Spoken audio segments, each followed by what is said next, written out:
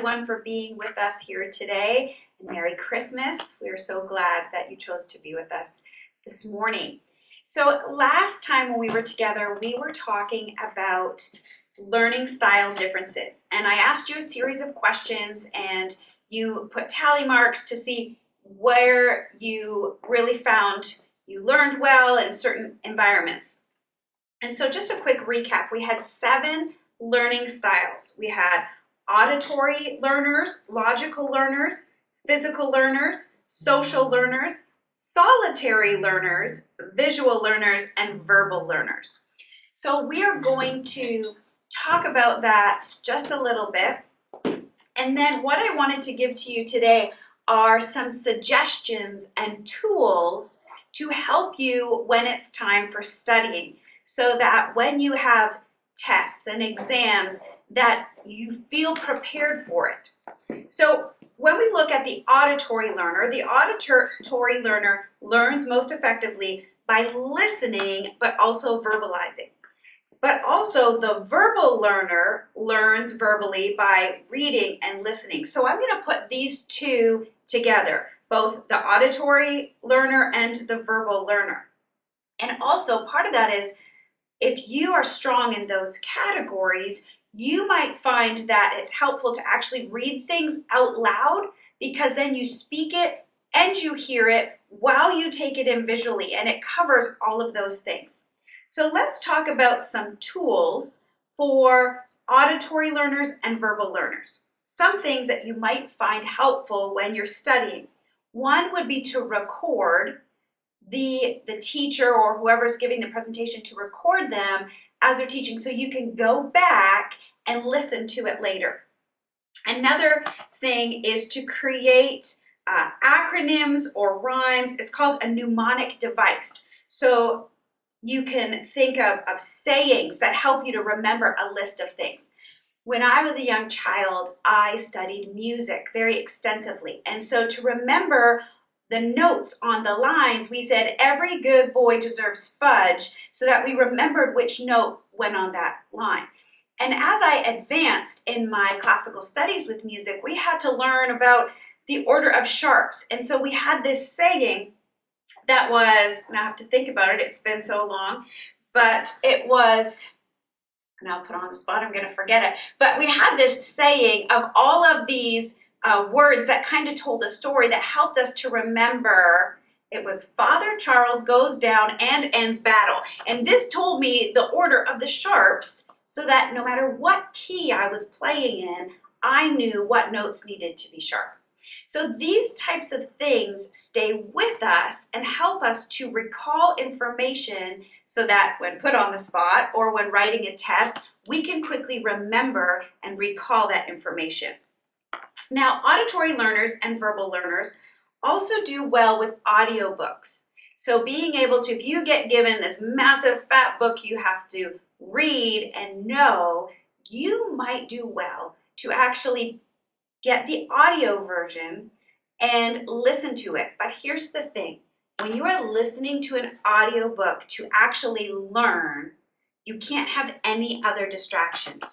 You can't have music on, you can't have TV on, you can't be scrolling or texting people. You have to be completely focused so that you're taking in the purest form, the information. It actually works best if you have the physical book in front of you and you are reading the words as you're hearing the audiobook. Then it actually gets in your brain and gets in your memory. So audiobooks are helpful. Study groups are helpful.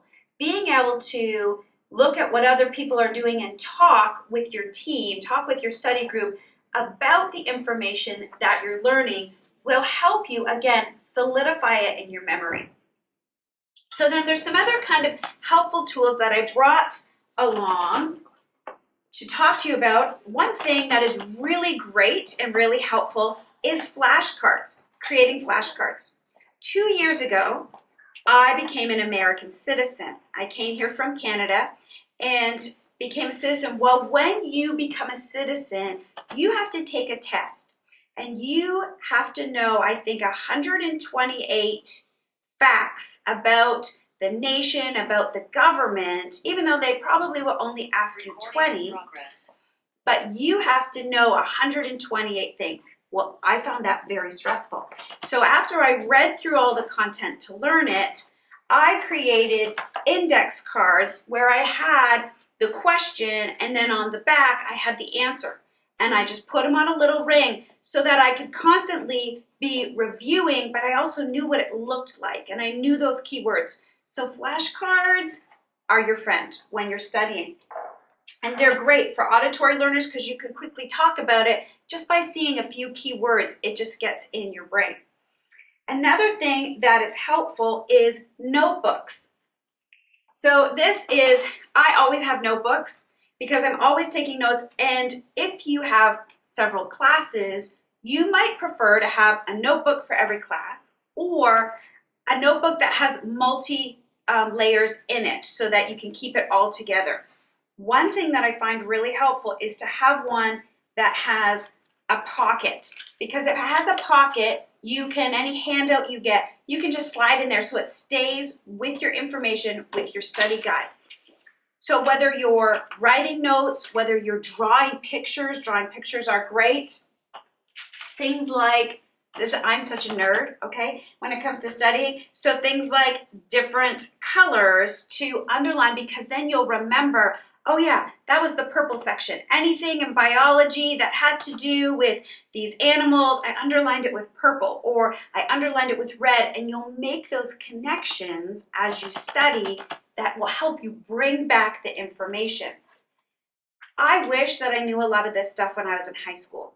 I learned it in college and found out, and I actually learned it near the end of my college career, and I wish that I knew it early on because it would have helped me study and retain information. So the other thing that is really helpful for us as we're studying is to have to-do lists, to make plans. So this is another thing. I know that we all have, if you have a phone, a device, you have a calendar on it, and that's great. But there's something about having a physical calendar that you can write your to-do list and you can take a quick glance of all of the things that you have due or when you're going to study for these different subjects. And you just kind of helps to keep yourself on track so that you're not at the end of your semester and feeling overwhelmed. So a to-do list and a calendar is really helpful. These are helpful tools. Okay, then we have the physical learner or the kinetic learner. These are learners that really need to touch, they need to move around as they're learning. They're the kid that can never stay seated in their chair. They work best at figuring out math problems if they're wiggling and standing, because that's what gets their brain moving. Some helpful tools are maybe to have a stress ball or a fidgety thing so that as you're listening, your extra energy gets diverted away, but you're able to just focus. Some of my friends, when they do that, they knit. And they knit, but because they don't have to really think about it because they're so good at knitting, but they can listen and really stay focused without getting distracted with their extra energy. So these are helpful tools. Another good thing, these should be your best friends. Highlighters. As you're reading, go ahead and highlight the important information so that when you want to go back and refresh, you don't have to read through every word for word. You know your key parts because you've highlighted it. But also for a kinetic learner or a physical learner, doing actual physical things will solidify it in your brain. Taking notes on your computer or on your phone is fine to start with, but actually the drag of a writing utensil, the drag of a pencil actually solidifies it in your brain more. So it's helpful to go back to actual paper and writing utensils and not just the convenience of your device, to actually get the information in your brain so that when you have your test, you can recall it. So then we have, our visual learners.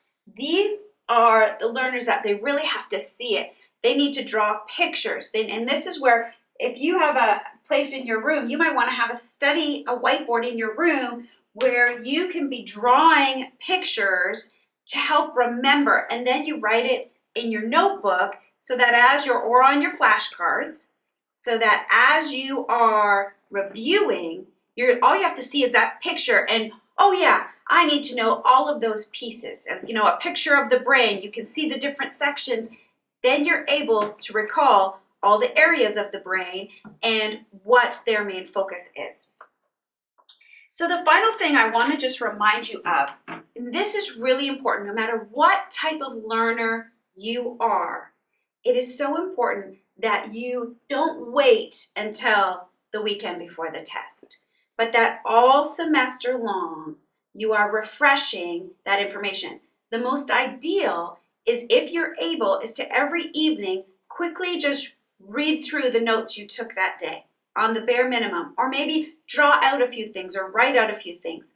Because if a person hears something 7 times, it gets in their brain. So if over the course of the week or the course of the month, you are reviewing it, reading it over, drawing it, by the time your exam comes, by the time your test comes, you're just refreshing one more time. All of that information is already in you and ready to go. So I just want to encourage you to get together with your friends, to take time to read through the information, write out the information, draw the information, because most of us aren't just a visual learner or aren't just an auditory learner. We're a combination of all of these things. So if we balance the way that we study, we will be way more successful when it comes to regurgitating that information and doing our exams. So those are some tools for today. Excellent.